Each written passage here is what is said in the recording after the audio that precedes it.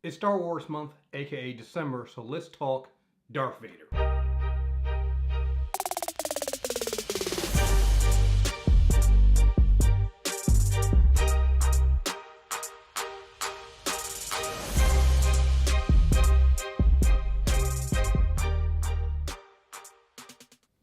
Kylo Ren considers himself to be the heir to Darth Vader, so what better way to celebrate Star Wars The Last Jedi hitting theaters than looking at some of my favorite Darth Vader moments in the comics. For this video list, I'm taking moments from Kieron Gillen's Darth Vader run that lasted 25 issues in 2015. So before I go into my favorite moments from this run, let's first set up where the story takes place. Gillen's story for Vader is set between the end of Episode 4, A New Hope, and Episode 5, Empire Strikes Back. When you think about it, it's a pretty good space to put a story for Darth Vader. Think back to the original trilogies. In Episode 4, we last see Vader's TIE fighter spinning out of space. But Empire Strikes Back, he's back, and this time he seems to be in full command. There's never really an explanation to how this happened. Gillen's story tells how Vader earns the Emperor's trust back after the destruction of the Death Star and cements his place. It also explains how Vader came to know that Luke was his son. This is a great series that not only shows why Vader is a force to be reckoned with, but also shows the underhanded and sneaky nature of the Sith. And it fills in a lot of gaps for Vader in between episodes 4 and 5. So before we get into my top 5 moments, make sure you hit the thumbs up to like this video and also subscribe. We have plenty more coming. Now, on to the list. One of the best things about this series is that it really adds depth to the character of Darth Vader. Instead of just being some big bad guy dressed in black that is virtually a Terminator, Gillen is able to show that Vader is also a master tactician, and in issue 2, we really see that. Vader is trying to slip the adjunct assigned to him by General Tag, who replaced Tarkin. Tag unwisely throws digs at Tarkin and Vader, suggesting that both were foolish to put their support behind the single Death Star when Tag sees the fleet of superstar destroyers as being more effective. Tag even makes the mistake of suggesting that Vader is no more than a dumb, blunt instrument that requires someone like Tag to guide. Not really smart thing to do. When Tag assigns an adjunct to follow Vader around and report his every move, let's just say this poor adjunct never stood a chance. See, Vader has kept a secret from the Emperor. He hasn't told him about the Force-sensitive pilot that blew up the Death Star. But Vader can't pursue this pilot, who doesn't know is his son at the moment, while he's being followed by an adjunct who reports his every move. So what does Vader do? He sets the adjunct as a traitor to the Emperor. The thing about Vader is he's such a terrifying brute force in nature that people around him spend so much time in awe of his sheer power and never really notice the underhanded moves he's making in the shadows. So while he's leading an assault on the pirate base, he's programmed a droid to upload planet information on the adjunct. Vader being Vader though, and knowing that he's going to set this poor man up, doesn't think that it's enough. He also feels the need to make sure the adjunct is by his side, nearly pissing his pants through the short but intense fighting. Of course, part of that is to give himself plausible deniability, but it's also just because Vader is petty. Vader Down. If you ever need to point to a few quick pages as to why Darth Vader is such a badass, you only need to look at the Vader Down crossover with the main Star Wars title. In Vader Down, Vader is lured into a trap by Carbon, and finds himself confronted by squadrons of rebel fighters. Dr. Aphra pleads with Vader to escape, but in true Vader fashion, Vader decides he's going to show the rebels who's boss. Just like how we forget how tactical Vader is, we also tend to forget that as Anakin Skywalker, he was one hell of a pilot. Add those pilot skills to his skills as a Sith Lord, and well, the rebels just don't really stand a chance. Vader single-handedly wipes out squadron after squadron without a scratch on his TIE fighter. It takes Luke Skywalker ramming Vader and sending both of their ships crashing to the surface of the planet for Vader's carnage to slow. I say slow because once he's on the surface of the planet, things only get worse for the rebels. But that will come later.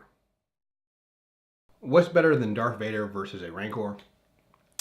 How about Darth Vader versus a cybernetically enhanced Rancor that doesn't feel any pain and has his throat reinforced so Vader can't force choke it? When Vader storms Silo's ship, he's confronted by Toulon Voidgazer, who decides to slow Vader down with a cyber-animated Rancor. Voidgazer observes as she orders the beast to attack. Let's back up a minute. The Emperor wasn't too happy with losing the Death Star, and Silo presented him with an option to replace Vader with something a little bit more different from a normal Sith. There were the twins Morit and Ireland, cyber-animated modifications, Commander Carbon, who gets some cybernetic enhancements a la General Grievous version 2, and Voidgazer, who relied on drones controlling animated beatings through tech. None of these replacements would be force-sensitive, but rather genetically modified and technology-enhanced improvements from the old model. The old model being Darth Vader. But that's the thing about old models. If it's not broken, don't fix it. One by one, Vader proves how flawed their lack of faith and just how powerful the dark side of the Force is. Now back to this Rancor. So how does Vader defeat it? By going for gold in the Sith Olympics. Aiming his lightsaber like a javelin thrower, Vader is able to target the exact location of the link between the Rancor and Voyager.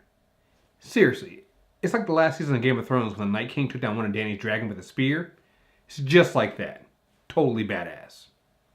After dispatching the beast, Vader then makes light work of Voyager by turning her own drones against her using the Force.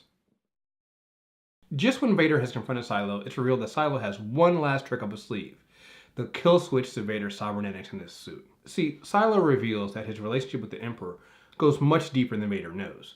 Silo was one of the masterminds behind building Vader's cybernetic suit and piecing together what was left of Anakin into what we now know as Darth Vader. Ever planning ahead, Silo planted a kill switch in Vader's suit and kept the remote. When Vader attacks, Silo activates it and disables Vader, rendering him unable to move. But once again, the Dark Lord of the Sith has been underestimated. What we get next is panel after panel of Vader confronting his past in his own mind and killing each ounce of doubt he's ever had in a literal sense. He strikes down the manifestation of Obi-Wan, reaffirming that he's more powerful every step away from Ben that he takes.